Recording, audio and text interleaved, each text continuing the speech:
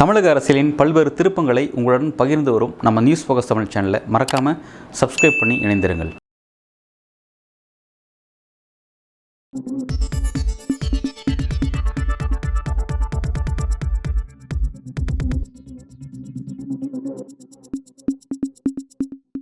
வணக்கம். சுப்ரீம் கோர்ட்டில் நேற்றைய தினம் முக்கியமான வழக்கு கரூர் பிரச்சனை தொடர்பான வழக்கு நம்ம பார்த்துருப்போம். அதோடைய வாத பிரதிவாதங்கள் எப்படி போச்சு, என்னென்னலாம் நடந்துச்சு அப்படிங்கிறத பற்றி நேற்றைய கூட விரிவாக நம்ம பார்த்துருப்போம். பல்வேறு சேனல்ஸில் அதை பற்றி பேசிகிட்டு இருந்தான்னு பார்த்துருப்போம். பட் இன்றைக்கு வலதுசாரி ஊடகங்கள் அதை எப்படி வடிவமைக்கிறாங்க அப்படின்னு பார்த்தீங்கன்னா, விஜய்க்கு ஒரு க்ளீன் ஷீட் கொடுக்கறதுக்கான முயற்சி. அதாவது அவ்வளோ பேர் உயிரிழந்து பெரிய அளவில் பாதிக்கப்பட்டிருக்காங்க. ஏன் விஜய் அவங்கள பார்க்கல, ஏன் அவங்க கூட நிற்கலை, ஏன் கட்சிக்காரன் யாரும் கூட நிற்கலை அப்படின்ற மாதிரி விஜய் நோக்கியும் தாவேக்க நோக்கியும் ஒரு பெரிய கேள்வி எழுப்பப்பட்டிருந்துச்சு. இதெல்லாம் ஒரு கட்சி தானா அப்படிங்கிற மாதிரியெல்லாம் அந்தளவுக்கு ஒரு பொது விமர்சனமாக முன்வைக்கப்படக்கூடிய விஷயமா இருந்துச்சு. அதுக்காக நேற்றைய தினம் அதுக்கு ஒரு விடை கிடச்சிருக்கு அப்படிங்கிற மாதிரி தான் இன்றைக்கி வலதுசாரி ஊடகங்கள் பேசிகிட்டு இருக்காங்க. நேற்றைய தினம் என்ன நடந்துச்சு அப்படின்னா, விஜய் தரப்பில் ஆஜரான அட்வொகேட்ஸ் என்ன சொல்லியிருந்தாங்க அப்படின்னா, அங்கே காவல்துறையினுடைய அறிவுறுத்தின் பேரில் தான் விஜய் அங்கே கிளம்பினார். சார் இதுக்கு மேலே நீங்கள் இருந்தீங்கன்னா பெரிய பிரச்சனை ஏற்படும், ஸோ நீங்கள் கிளம்புங்க அப்படின்ற மாதிரி. இப்போ காவல்துறை அறிவுறுத்தாமல் இருந்தால் அவர் அங்கே தான் இருந்துப்பார் அப்படிங்கிற மாதிரியான குட் சர்டிஃபிகேட் கொடுக்குறாங்க. விஜய் போனதுக்கான காரணம் போலீஸுங்கிறது யாருன்னா தமிழ்நாடு கவர்மெண்ட்டோட போலீஸ், தமிழ்நாடு கவர்மெண்ட்டுங்கிறது டிஎம்கே கவர்மெண்ட் அப்படிங்கிற மாதிரி. அப்போ முழுக்க இது டிஎம்கே கவர்மெண்ட்டோட காவல்துறை தான் அவரை அனுப்பிட்டு இப்போ அவருக்கு எதிராக பேசுகிற மாதிரியான ஒரு விஷயத்தை சொல்கிறாங்க. அப்படி இருக்கும்போது நம்ம கேட்கக்கூடிய கேள்வி என்னென்னா, இதுதான் விஷயம் அப்படின்னா விஜய் டேரெக்டாக பேசிக்கலாமே, காவல்துறையினுடைய அறிவுறுத்தின் பேரில் தான் நான் போனான்னு சொல்லிட்டு அவர் வெளிப்படையே சொல்லலாமே, ஏன் அவர் சொல்லலை அப்படின்ட்டு சில கேள்விகள்லாம் இருக்குது.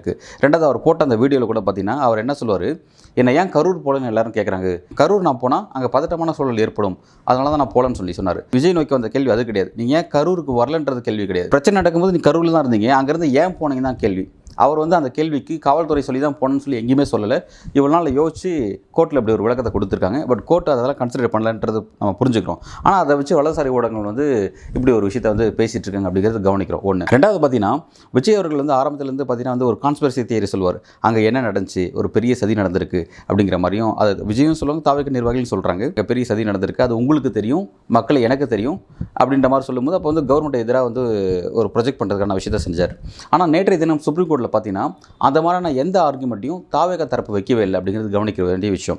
தாவேக்க வச்ச விஷயங்கள் என்னென்ன அப்படின்னா, ஒன்று பார்த்தீங்கன்னா, மெட்ராஸ் ஹைகோர்ட்டில் தனி நீதிபதியாக இருக்கக்கூடிய செந்தில்குமார் அவர்கள் எங்களுக்கு எதிராக நிறைய கருத்து தெரிவிச்சிருக்கிறாரு.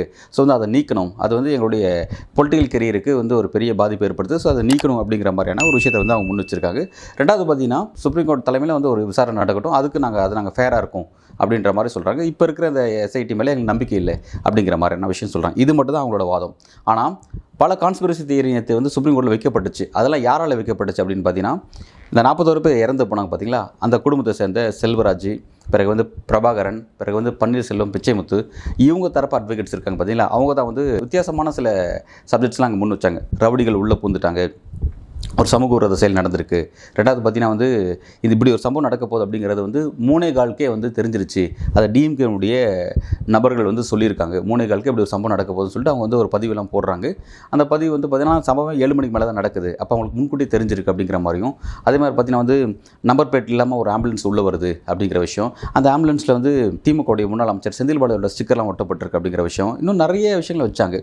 அவர் வச்சு அந்த அடுக்கடுக்கான சில கான்ஸ்பிரசி தியரி இருக்குது பார்த்தீங்கன்னா, இதெல்லாம் நடந்துச்சு அப்படின்னு சொல்லி அவங்க வைக்கக்கூடிய அந்த தேரி. அதில் நீதிபதி திரு மகேஸ்வரி அவர்கள் தலையிட்டு எதை கேள்வி எழுப்புனாங்கன்னா, அவர் சொன்ன பல்வேறு விஷயத்தில் அந்த போஸ்ட்மார்ட்டம் விஷயத்தை மட்டும் தான் கேள்வி எழுப்புனாங்க. போஸ்ட்மார்ட்டம்ங்கிறது வித்தின் 3 to 5 ஹவர்ஸில் முடிஞ்சிருச்சா, அவ்வளோ ஃபாஸ்ட்டாக நடந்துச்சா, அவ்வளோ இன்ஃப்ராஸ்ட்ரக்சர்ஸ் உங்கள்கிட்ட இருக்கா அப்படிங்கிற மாதிரி கேட்டாங்க. அதுக்கு தமிழக அரசு தரப்பில் ஆஜரான திரு வில்சன் அவர்களும் விளக்கம் கொடுத்துட்டாரு. பட் கிளியர் டீட்டெயில்ஸ் நான் கொடுக்க போகிறேன், நான் மனு போட போகிறேன், என்ன நடந்துச்சு அப்படிங்கிறத நான் கிளியராக பிராமண பத்திரம் தாக்கல் பண்ணுறேன் அப்படிங்கிற மாதிரி சொல்லியிருக்காங்க. ஸோ அது வந்ததுக்கப்புறம் இன்னும் கொஞ்சம் கிளியராக தெரியும் அப்படிங்கிறத வச்சுப்போமே. இப்போ அப்படி பார்க்கும்போது விஜய் அவர்களும் தாவேக்க அவர்களும் தொடர்ச்சியாக பேசிட்டு இருக்கக்கூடிய அந்த கான்ஸ்பிரசி தியரியை வேறு யாரும் பேசலை, பாதிக்கப்பட்ட மக்கள் தரப்பில் ஆஜரான அட்வொகேட்ஸ் தான் பேசுகிறாங்க அப்படிங்கிறதான் முக்கியமான விஷயம். தாவேக்க கிளியராக எதுவுமே சொல்லவே இல்லை. அவங்க காவல்துறை மீது சில குற்றச்சாட்டு வைக்கிறாங்க. காவல்துறை ஆதரவு கொடுக்கல, ரெண்டாவது விஜய் அவர்கள் அங்கிருந்து வெளியேறது காரணமே காவல்துறை தான் அப்படின்ற மாதிரியான சில விஷயங்கள் மட்டும் தான் சொல்கிறாங்களே தவிர எங்கேயுமே பார்த்தீங்கன்னா கான்ஸ்பிரசி தியரி சுப்ரீம் கோர்ட்டில் பேசல, ஹைகோர்ட்லையும் பேசல, எங்கேயும் பேசல அப்படிங்கிறது முக்கியமான விஷயம். ஸோ பொது வழியில் மட்டும் தான் விஜய் அவர்களோ அல்லது அந்த கட்சியினுடைய மற்ற நிர்வாகிகளோ அந்த நெரட்டிவை செட் பண்ணுறாங்களே தவிர ஜுடிஷியரியில் வந்து அதை பற்றி பேச மாட்டேங்கிறாங்க. பாதிக்கப்பட்ட தரப்பு மக்கள் பேசுகிறாங்க.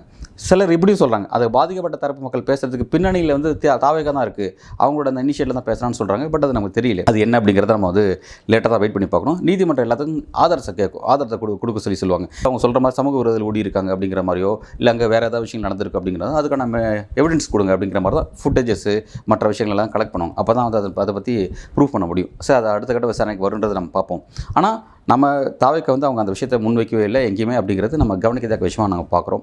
நேற்றைய தினம் வந்து இந்த ஓவராலாக வந்து இந்த சப்ஜெக்ட்ஸ்லாம் கவனித்த நீதிபதிகள் அவர்கள் வாத பிரதிவாதங்கள் எல்லாத்தையும் கேட்டுட்டு கடைசியாக வந்து அவங்க சொன்னக்கூடிய அந்த விஷயங்கள் என்னென்னா, we will see what we can do அப்படின்னு சொல்லிட்டு இந்த விஷயத்தில் எங்களால் என்ன முடியுமோ நாங்கள் செய்கிறோம்னு சொல்லியிருக்காங்க. ஸோ வந்து ஆர்டர்ஸ் வந்து ரிசர்வ் பண்ணியிருக்காங்க அப்படிங்கிறது முக்கியமான விஷயம்.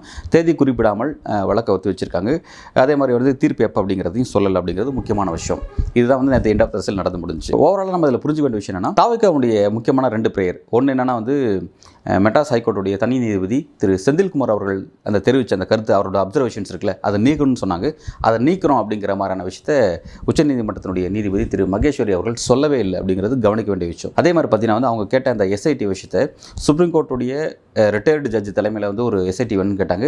அதையும் சிபாரிசு பண்ணல. ஆல்ரெடி போயிட்டுருக்கு இந்த எஸ்ஐடி, எப்படி மெட்ராஸ் ஹைகோர்ட்டில் நியமிச்ச அந்த எஸ்ஐடி அடிப்படையெல்லாம் விசாரணை போயிட்டுருக்கு, அதை டிஸ்டர்ப் பண்ணல அப்படிங்கிறது முக்கியமான விஷயம். அதாவது இடைக்கால தீர்ப்பை எதையுமே கொடுக்கல அப்படிங்கிறத பார்த்தீங்கன்னா தாவேக்காக்கு மிகப்பெரிய ஏமாற்றம் தான். அதே மாதிரி பாதிக்கப்பட்டவர்கள் தெரிவித்த அந்த கருத்துக்கள் எல்லாம் வந்து அது ஒரு பக்கம் எல்லாம் விஷயங்கள் அப்படியே பெண்டிங்கில் இருந்தாலும் கடைசியாக என்னன்னா, ஸ்டேட் கவர்மெண்ட்டோட தரப்புலேருந்து நீங்கள் உங்களுடைய பதில் மனு தாக்கல் பண்ணுங்கள், கவுண்டர் பெட்டிஷன்ஸ் நீங்கள் போடுங்க, இந்த கேள்விகளில் உங்களோட பதில் என்னன்னு சொல்லி போடுங்க அப்படிங்கிறது தான் வந்து சொல்லி முடிச்சிருக்காங்க. ஸோ வந்து எந்த விதமான தீர்ப்பும் கொடுக்கல அப்படிங்கிறது முக்கியமான விஷயம். விஜய் அவர்களுக்கு எந்த விதமான தீர்ப்பும் வந்து இங்கே வழங்கப்படலை அப்படிங்கிறது ஒரு சிறு ஏமாற்றம் தான்.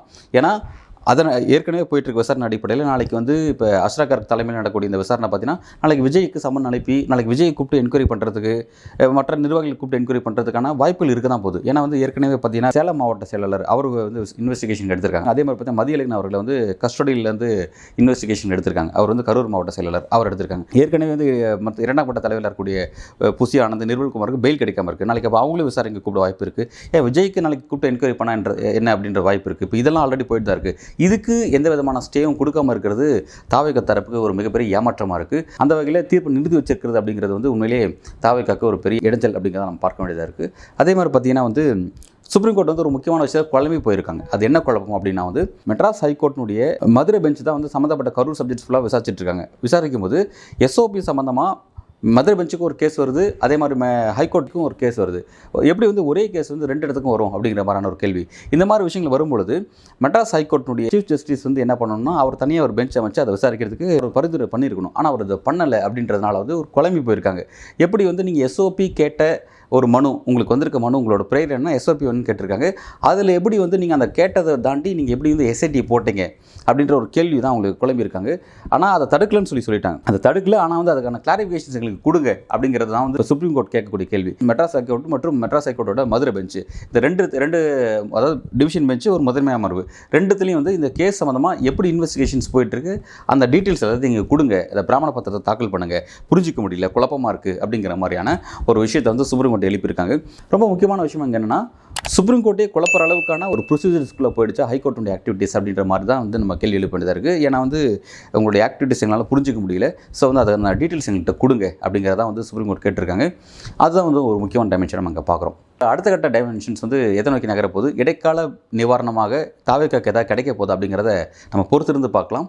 ஆனால் தாவேக்காவுடைய வெளியே பேசுகிற மாதிரி அவங்க நீதிமன்றத்துக்குள்ளே பேச மாட்டாங்க அப்படிங்கிறத மட்டும் நம்ம கவனிக்கத்தக்க ஒரு விஷயமாக நம்ம பார்க்குறோம். அடுத்த கட்ட நகர்வு எதை நோக்கிங்கிறத பொறுத்திருந்து பார்க்கலாம். நன்றி.